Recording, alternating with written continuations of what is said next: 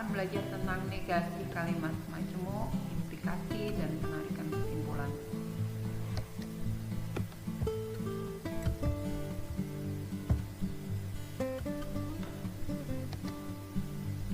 Yang pertama kita akan belajar tentang negasi dari kalimat majemuk. Seperti yang sudah kita pelajari kemarin, negasi itu ingkarannya, jadi lawannya.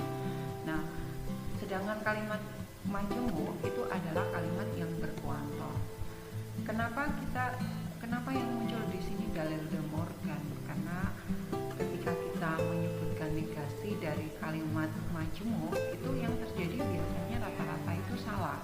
Katakanlah, saya sudah makan dan sudah minum. Saya sudah makan dan sudah minum. Nanti kadang jawabnya gini, saya tidak makan, negasinya saya tidak makan dan minum. Nanti akan rancu, biasanya pengertiannya itu menjadi rancu, dipahaminya rancu. Itu untuk memudahkan pemahaman, biasa kita gunakan dalil De Morgan. Yang pertama yaitu ingkaran konjungsi, min dari, kalau ingkaran itu selalu negatifnya ya, P dan H. Nah, dalil De Morgannya dari ingkaran konjungsi itu min P atau min H. Jadi kalau semulanya dia disjungsi, konjungsi dan, maka ingkarannya itu disjungsi, negatif P atau negatif H. Kebalikannya ingkaran disjungsi. Disjungsi itu kan atau, kata hukumnya atau. Secara umum ingkarannya adalah min P, min dalam kurung P atau P. Ini loh yang bikin sering salah itu kayak gini. Ini tidak ada kurungnya. Ketika tidak ada kurungnya itu menjadi salah. Nah, di sini ingkarannya adalah min P dan min H. Jadi kebalikannya ya. Kalau konjungsi itu dan, ingkarannya atau. Sedangkan kalau disjungsi, kata hukumnya atau, ingkarannya dan. Berikutnya implikasi. Ingkaran dari implikasi. Nah, ini agak berbeda ya, yang butuh sedikit menghafalkan. Min dari P maka Q, ingkarannya adalah P dan min Q. P dan min Q. Nanti ke kalimatnya silahkan dicoba. Sedangkan ingkaran diimplikasi, min P jika dan hanya jika Q, ingkarannya ini agak panjang, P dan min Q atau Q dan min P. Jadi kebalikannya. Positif dan negatif atau positif dan negatif yang saling berbeda itu ya. Ini dibolak-balik, monggo silahkan. P dan min Q atau Q dan min P. Nah, sebagai contoh, berikut contohnya. Contohnya, pernyataan pertamanya saya rajin belajar. Kemudian pernyataan keduanya saya patuh pada orang tua. Konjungsinya saya rajin belajar dan patuh pada orang tua. Negasinya itu min dalam kurung P dan Q. Nah, ini yang biasanya keliru itu di sini. Tidak ada kata benar, tidak benar negasinya, agar ketahuan bahwa dia itu mengingkar untuk keseluruhan. Tidak benar bahwa saya rajin belajar dan patuh pada orang tua. Sedangkan kalau kita gunakan dalil De Morgan itu lebih enak bacanya.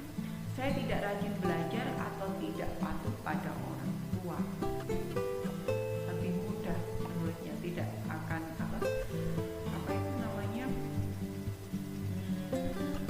terjadi ambigu karena ambigu.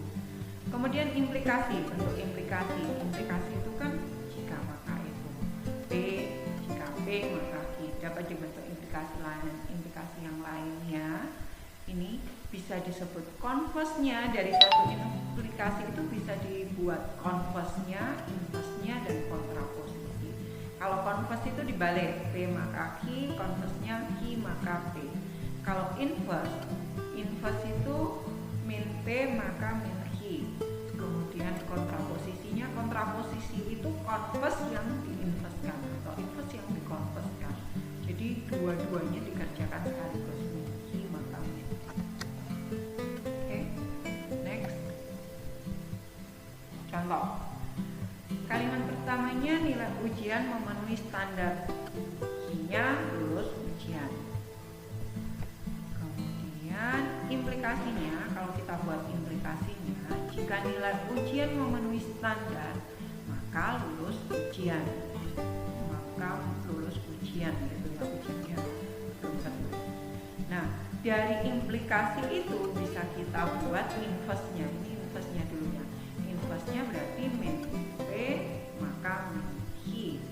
Jika nilai ujian tidak memenuhi standar, maka tidak lulus. Kemudian kalau converse-nya berarti dibalik, Q maka P. Jika lulus ujian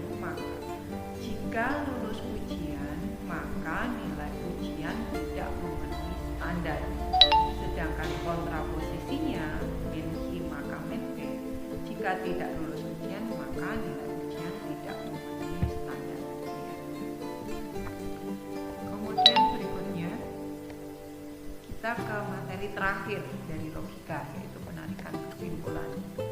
Ada 3 macam penarikan kesimpulan. Yang pertama yaitu modus ponen, yang kedua modus ini salah ya, saya ngetiknya harusnya modus tolen, dan yang ketiga silogisme. Modus ponen itu adalah penarikan kesimpulan berdasarkan prinsip implikasi P maka Q bernilai benar, dan P bernilai benar maka Q-nya juga bernilai benar. Contohnya gimana? Ini rumusnya ya, bentuk rumusnya dalam matematika. P maka Q, kemudian ada kalimat barunya P, maka kesimpulannya Q. Contohnya begini, jika kamu rajin belajar maka kamu naik kelas. Pernyataan keduanya, Mira itu rajin belajar, jadi kesimpulannya Mira naik kelas. Itu ya, mudah kan? Yang kedua modus tolen. Penarikan kesimpulan berdasarkan prinsip implikasi P maka Q bernilai benar dan min Q bernilai benar, maka min P juga bernilai benar. Kesimpulannya min P.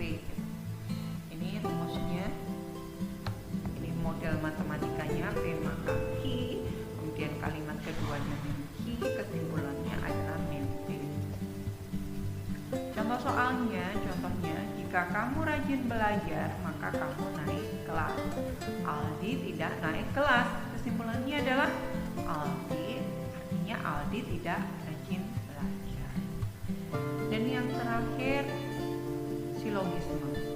Silogisme adalah penarikan kesimpulan yang menggunakan transitif, yaitu implikasi P maka Q dan Q maka R bernilai benar maka dapat disimpulkan P dan Q. Transitif itu maksudnya implikasi yang berkelanjutan, bersambung-sambung. Kalau kita istilahkan bersambung-sambung. Nih rumus matematikanya P maka Q maka R, kesimpulannya ada P maka R. Contohnya kayak gini, jika kamu rajin belajar maka kamu naik kelas. Jika kamu naik kelas maka kamu dapat hadiah sepatu. Jadi dari 2 kalimat implikasi itu bisa disimpulkan, jika kamu rajin belajar maka kamu dapat hadiah sepatu. Jadi kamu dapat hadiah sepatu ya. Oke, terima kasih. Sampai di sini materi kita. Next kita akan coba ke latihan soal. Semoga sedikit yang Bu Tari upayakan untuk menjelaskan melalui video ini bisa bermanfaat kalian untuk menemani kalian belajar dari rumah, membantu kalian belajar dari rumah. Tetap semangat, salam sehat.